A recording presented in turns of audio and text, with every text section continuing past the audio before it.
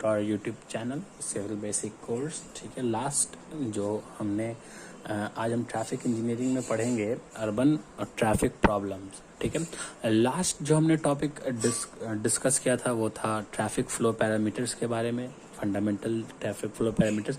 आज हम लोग पढ़ेंगे अर्बन ट्रैफिक प्रॉब्लम्स के बारे में। ठीक है, तो मेन चीज़ें, जो भी मेन चीज़ हम लोग को अर्बन ट्रैफिक प्रॉब्लम में पढ़ना है वो कौन कौन सी चीज़ें जो हम वन बाय वन इस टॉपिक में डिस्कस करते चलेंगे। वो सबसे पहला है हमारा traffic congestion and parking difficulties, ये सबसे पहला है। उसके बाद दूसरा में है हमारा लॉन्गर कम्यूटिंग, तीसरा है पब्लिक ट्रांसपोर्ट इन एडिक्वेसी। ठीक है, चौथा है difficulties for non motorised transport, loss of public space. उसके बाद है high maintenance cost, environmental impact and energy consumption, accident and safety, land consumption, automobile dependency.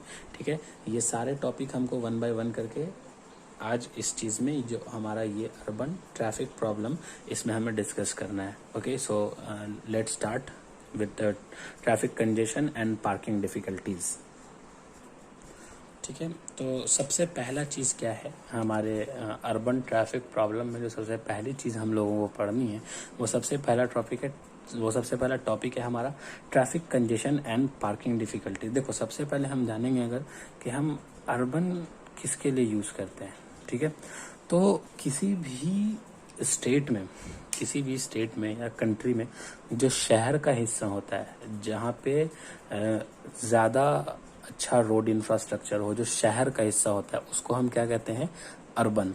ठीक है, तो अब देखो किसी भी अगर स्टेट की बात करें हम, तो जो शहर का हिस्सा होता है, जो अर्बन स्टेट्स होते हैं, जो अर्बन सिटीज़ होते हैं, ठीक है, वहाँ पर सारी चीज़ों की फैसिलिटीज़ ज़्यादा होती हैं। जैसे जॉब की फैसिलिटी अगर हम देखें वो ज़्यादा होती है, स्कूल्स की फैसिलिटी देखें तो वो ज़्यादा अच्छी होती है रूरल एरिया के कंपैरिजन में। तो अर्बन एरियाज़ में मतलब जो लोग रूरल एरिया में रहा करते हैं वो जॉब ढूंढने के लिए या फिर अच्छी पढ़ाई के लिए, कॉलेजेस वहाँ अच्छे होते हैं, ये सारी चीज़ों के लिए वो अर्बन एरिया में माइग्रेट करते हैं। ठीक है, तो उसके लोगों के आने की वजह से किसी भी जगह पे अगर लोग जा नहीं रहे हैं और लोग आए जा रहे हैं तो उस जगह की पॉपुलेशन बढ़ेगी। अब पॉपुलेशन बढ़ेगी तो वहाँ पर क्या होगा, ये अब हमको जानना है कंजेशन। उसी चीज़ को हम क्या कहते हैं, कंजेशन। जहाँ पर लोगों का तादाद बढ़ते जा रहा है उस चीज़ को हम कंजेशन के लिए यूज़ करते हैं। और पार्किंग डिफिकल्टीज़ क्या होंगी, ये हम अगर बाई डेफिनेशन चलें तो क्या होगा, one of the most prevalent transport problem in large urban agglomeration using above a threshold of about 1 million inhabitants. It is particularly linked with motorization and the diffusion of automobile, which has increased the demand of transport infrastructure। अब इसका मतलब क्या हुआ, किसी भी ऐसे शहर की अगर बात करें हम जहाँ पर लोग आकर के जम रहे हैं, ठीक है, जहाँ पर लोग आकर के जम रहे हैं, किसी भी शहर की बात करें, ठीक है, जहाँ पर लोग आकर के जम रहे हैं, ठीक है, और वहाँ ऑलमोस्ट जो लोगों के रहने का तादाद वो कितना है, 1 million इनहेबिटेंट्स है वहाँ पर। ठीक है, तो वहाँ पर जैसे जैसे लोगों की तादाद बढ़ती है वहाँ पर देखो क्या बढ़ता है, ठीक है, मोटराइजेशन बढ़ता है। मोटराइजेशन किस तरीके से बढ़ता है, सपोज कि कोई आदमी एक जगह पर आकर के बस गया, ठीक, अब उसको वहाँ पर ट्रांसपोर्टेशन के लिए या तो वो खुद के व्हीकल को यूज़ करेगा या तो पब्लिक व्हीकल को यूज़ करेगा। ठीक है, तो अगर वो खुद के व्हीकल को यूज़ कर रहा है तो उसने उस शहर में एक मतलब ऑटोमोबाइल इंक्रीज कर दिया। इसी तरीके से बहुत सारे लोग आकर के रह रहे हैं, बहुत सारे लोग खुद का प्राइवेट व्हीकल खरीदते हैं, तो वो अमाउंट ऑफ व्हीकल्स किसी भी शहर में बढ़ रहा है। ठीक है, तो वहाँ पर क्या होगा कि जब अमाउंट ऑफ व्हीकल जब बढ़ेगा तो हम लोगों को जो ट्रांसपोर्ट इंफ्रास्ट्रक्चर है किसी भी मतलब गवर्नमेंट को या फिर जो सेक्टर से मतलब ट्रांसपोर्ट से रिलेटेड, उनको क्या करना पड़ेगा, ट्रांसपोर्ट इंफ्रास्ट्रक्चर को और ज़्यादा वाइड करना पड़ेगा और ज़्यादा सुधारना पड़ेगा। ठीक है, तो ये एक प्रॉब्लम है, जितनी ज़्यादा आबादी बढ़ते जाएगी और पार्किंग के लिए भी सेम दिक्कत होगा। ठीक है, अगर मान लो एक जगह पर 100 लोगों के पार्किंग का स्पेस है और वहाँ लोग आ जा रहे हैं 200, तो पार्किंग में भी दिक्कत होगा। तो ये सारी दिक्कत होंगी लोगों के माइग्रेशन करके गांव से शहर की तरफ आने से।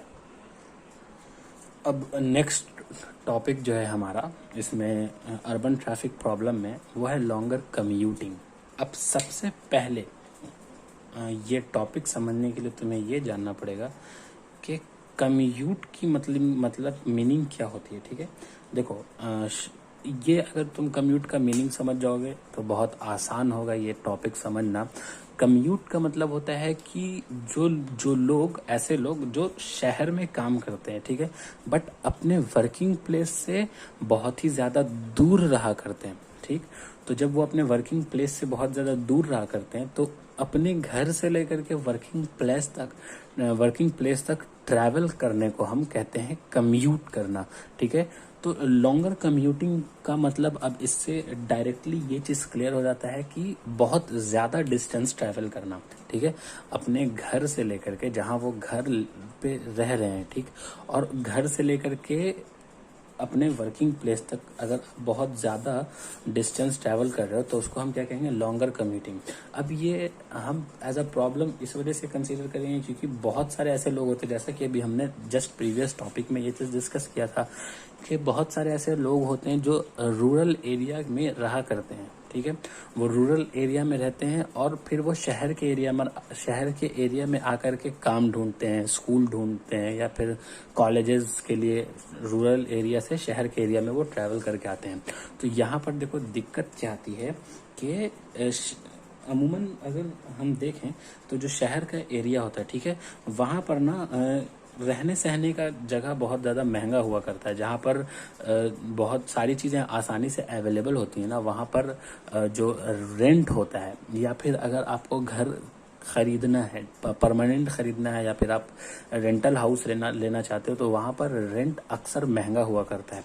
तो महंगा होने के कारण लोग क्या करते हैं, लोग जाते हैं उस जगह से दूर, कोई ऐसी जगह जो वहाँ से बहुत ज़्यादा दूर तो ना हो, लेकिन जहाँ पर घर पे रेंटल हाउस या फिर किसी भी प्रॉपर्टी को खरीदना वहाँ पर आपको सस्ता पड़े, ठीक है। तो लोग ये चीज़ करते हैं। अब देखो इसको अगर तुम पढ़ोगे तो तुम्हें आसानी से समझ में आ जाएगा। One par with congestion people are spending and increasing of time commuting between their residence and workplace. An important factor behind this trend is related to residential affordability, as housing located farther away from central areas where most of the employment remains is more affordable. इसका मतलब क्या हुआ, सबसे पहले देखो कि congestion के साथ साथ अगर हम किसी दूसरे प्रॉब्लम के बारे में जाने तो वो प्रॉब्लम क्या है, ठीक है, जो कम्यूटिंग टाइम है उसका बढ़ते जाना। अब क्यों बढ़ते जाना कि सपोज करो कम्यूटिंग हमने भी जाना किसको कहते हैं कि अपने घर से लेकर के वर्क प्लेस तक ट्रैवल करने के टाइम को हम क्या कहते हैं, कम्यूट करना, ठीक है।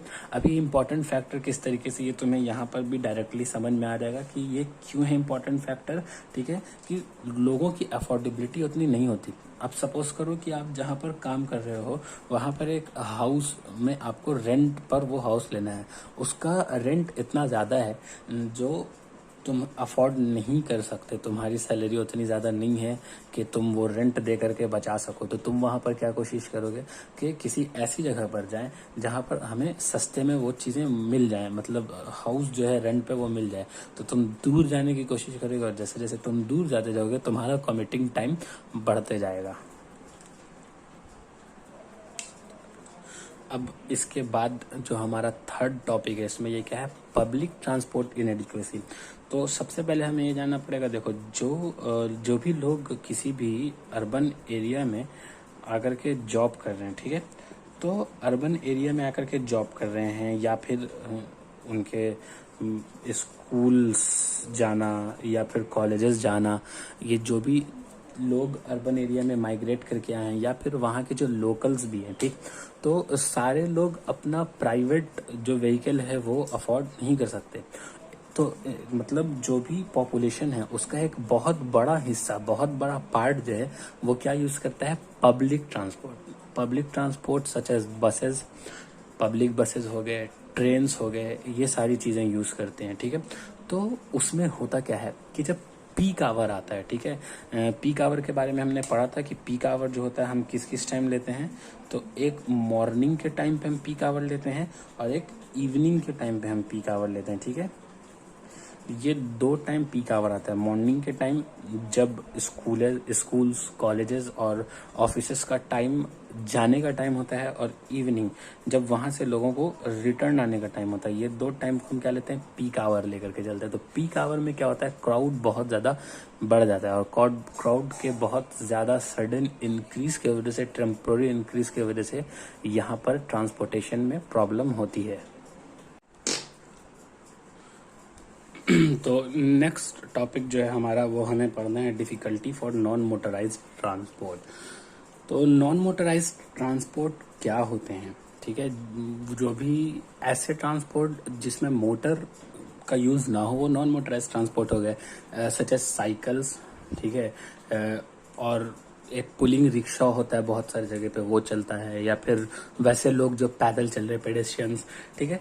तो क्या डिफिकल्टीज आती है इनको हम अगर देखें तो इसमें क्या है, तो इसमें ये है कि बहुत सारे ऐसे लोग हैं जो जिनका घर करीब होता, बहुत ज़्यादा दूर नहीं होता है।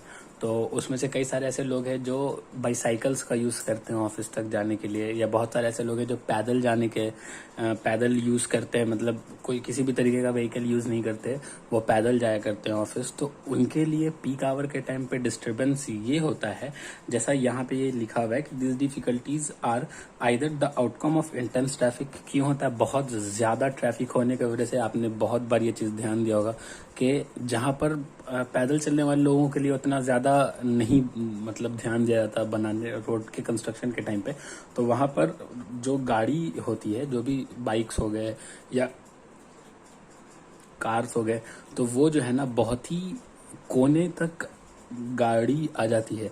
तो वहाँ पर पैदल चलने वाले लोगों के लिए दिक्कत होता है, जहाँ पे इंटेंस ट्रैफिक होती है वहाँ पे, ठीक है। अब ये होता कहाँ पे है, where the mobility of pedestrian bicycle and vehicle is impaired, but also because of blatant lack of consideration for pedestrian and bicycle in the physical design of infrastructure and facility. यहाँ पर क्या कहा, यहाँ पर मतलब वही है कि जहाँ पर बहुत ज़्यादा ट्रैफिक बढ़ जाता है तो वहाँ पर पैदल चलने वाले लोगों को दिक्कत होता है। और ये इस एक और वजह है इसकी क्या है, जहाँ पर पैदल चलने वाले लोगों को दिक्कत होता है, उसकी एक वजह ये भी है कि जब रोड का कंस्ट्रक्शन होता है बहुत सारी जगह पर, तो रोड के कंस्ट्रक्शन के दौरान पेडेस्ट्रियन या बाईसाइकिल वालों के लिए बहुत ज़्यादा ध्यान नहीं दिया जाता, जिसकी वजह से वहाँ पर पैदल चलने वाले लोगों को दिक्कत होता है। अब इससे ओवरकम करने के लिए बहुत जगह पर सबवेज वगैरह बनते हैं। सबवेज के यूज़ से पेडिस्ट्रियंस को बहुत ज़्यादा आसानी होती है। तो that's all for today. Hope के आप लोगों को जो भी आज हमने पढ़ा वो समझ में आया, और नेक्स्ट वीडियो में हम अर्बन ट्रैफिक प्रॉब्लम्स को आगे पढ़ेंगे।